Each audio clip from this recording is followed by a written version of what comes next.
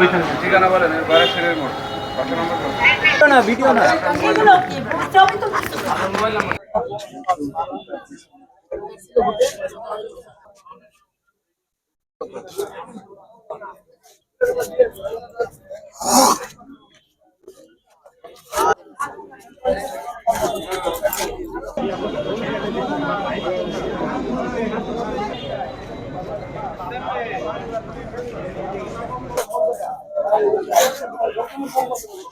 আমরা যে নিউজটা পেয়েছি যে তোতা গৌতম এই দুজন মারা গেছে। তোতা মারা গেছে আমরা নিউজ পেয়েছি সকাল 10টা সাড়ে 10টার দিকে। দুপুরবেলার নিউজ পেলাম আমরা যে বকুলতলার গৌতমও মারা গেছে। কিভাবে কি করে মারা গেছে সেটা আমরা সঠিক শিওর না। আবার এই কিছুক্ষণ আগে দেখলাম এইখানে দুই শালা ভগিনীপতি বাবু এবং সাবু মারা গেছে। কিভাবে মারা গেছে এটা শিওর আমরা জানি না। ছেলে এক জায়গায় এরা দীর্ঘটা চলাফেরা এদের সঙ্গে এরা অ্যালকোহল এটা খায় না, এটা খেয়ে এরা পরপর সব মারা যায়। আর তার ভিতরে তো এই যে সাবু আছে, আমাদের বাবু ভাই আছে, তোতা ভাই হলেন অনেক, এবার আপনার মেলার মধ্যে আপনার আজীবন পুলিশ বাহিনীর একজন আছে আপনার গৌতম হিন্দু দাদা, আর একজন আর দুজন আছে যে ব্যাংক চালক, তাদের অবস্থা খুব খারাপ, অসুবিধা। আর একটা দাদা আছে আমাদের এখানকার, সেই দাদাটা এখন লাইফ সাপোর্টে আছে, এখন তার অবস্থা খারাপ। অ্যালকোহল না, অ্যালকোহল বলতে তো বিদেশি অ্যালকোহল আছে বা এটা হচ্ছে হোমিও, যেটি অ্যালকোহলটা পাওয়া যায় হোমিওটা, এটাই। তো পরশু কাল এরকম হয়তো খাইছে, আজকে খাইছে কিনা এটা আমি শিওর না, এটা যা শুনছি আর কি। আমরা তো এখানকাই বাড়ি করা আমাদের।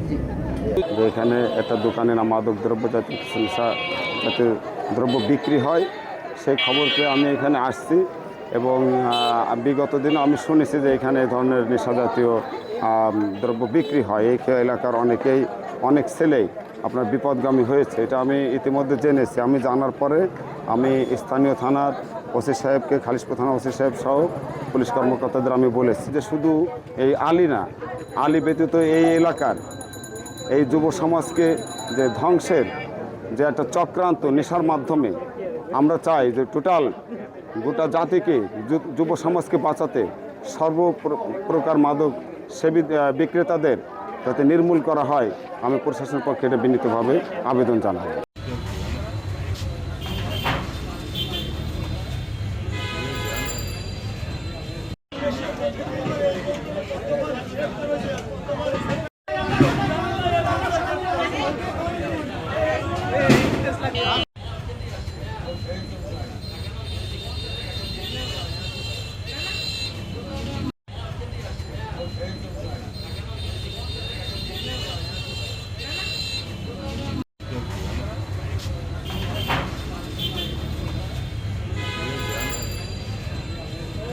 সংবাদ পেলাম যে শেরের মোড়ে দুইজন মারা গেছে। এখন কি কারণে মারা গেছে আমরা জানতে পারিনি। অনেকে বললো যে মদ্যপানে, অতিরিক্ত মদ্যপানে মারা গেছে। তখন আমরা এখানে আসি জানতে পারি যে তোতা নাম করে একজন লোক আছে, ওনার হোটেলে বসে এরা মদ্যপান করেছিল, অতিরিক্ত মদ্যপানের কারণে এদের মৃত্যু হয়েছে। দুইজন মারা গেছে এবং যে তোতা উনিও গতকাল মারা গেছেন, ওনার বাড়ি বরিশাল, ওনার ডেড বডি বরিশাল অলরেডি চলে গেছে আমরা জানার আগেই, গতকালই। এবং কেউই জানে না যে সে মদ্যপানের কারণে মারা গেছিল, যার কারণে স্বাভাবিকভাবে তার ডেড বডি তার গ্রামে পাঠানো হয়েছে। তো ওই তোতা মারা গেছে, এই সাবু আর বাবু এরা সালাদুল ভাই মারা গেছে, আর একজন মারা গেছে গৌতম নাম করে এক নাপিত, ও আজকে সকালবেলা মারা গেছে। আর একজন লাইফ সাপোর্ট আছে বলে আমরা শুনেছি। এগুলো 5 জন। আর আরেকজনের সম্পর্কে আমরা নিশ্চিত না যে 6 জন ছিল কিনা 5 জন ছিল, তবে আমরা 5 জন সম্পর্কে মোটামুটি একটা সংবাদ আমরা পেয়েছি। এখন এটা কি কারণে মারা গেছে পোস্টমর্টম হওয়ার পরে আমরা বলতে পারবো যে প্রকৃতপক্ষে সে অতিরিক্ত মদ্যপানের কারণে না বিষক্রিয়ায় কোনো ফুড পয়জনিংয়ে মারা গেল কিনা। যেটা যদি কোনো অপরাধজনক কোনো কার্যক্রমের কারণে মারা যায় থাকে, তাহলে আমরা যাদের যদি অতিরিক্ত মদ্যপানের কারণে মারা থেকে কোথাতে খেলো, কিভাবে খেলো, আমরা সেইভাবে আমরা তার বিরুদ্ধে আইনের ব্যবস্থা গ্রহণ করবো। আজকেই মারা গেছে এই দুইজন, আজকে মারা গেছে। এবং সকালবেলা গৌতম নাম করে আরেকজন মারা গেছিল। এই 3 জন আর তোতা সে গতকালই মারা গেছিল। আমরা সংবাদ পেয়েছি তো সন্ধ্যার দিকে সংবাদ জানছি আমরা। এখন আপাতত মৃত্যুর কারণ নির্ণয়ের জন্য আমরা আপাতত অপমৃত্যু মামলা করব। তারপরে যদি দেখি যে প্রকৃতপক্ষে কোনো বিষক্রিয়ায় মারা গেছে এবং কিভাবে তারা সেই মদটা খেলো, যে তার উৎস কোথায়, এবং তাদের বৈধতা আছে কিনা যারা বিক্রি করে।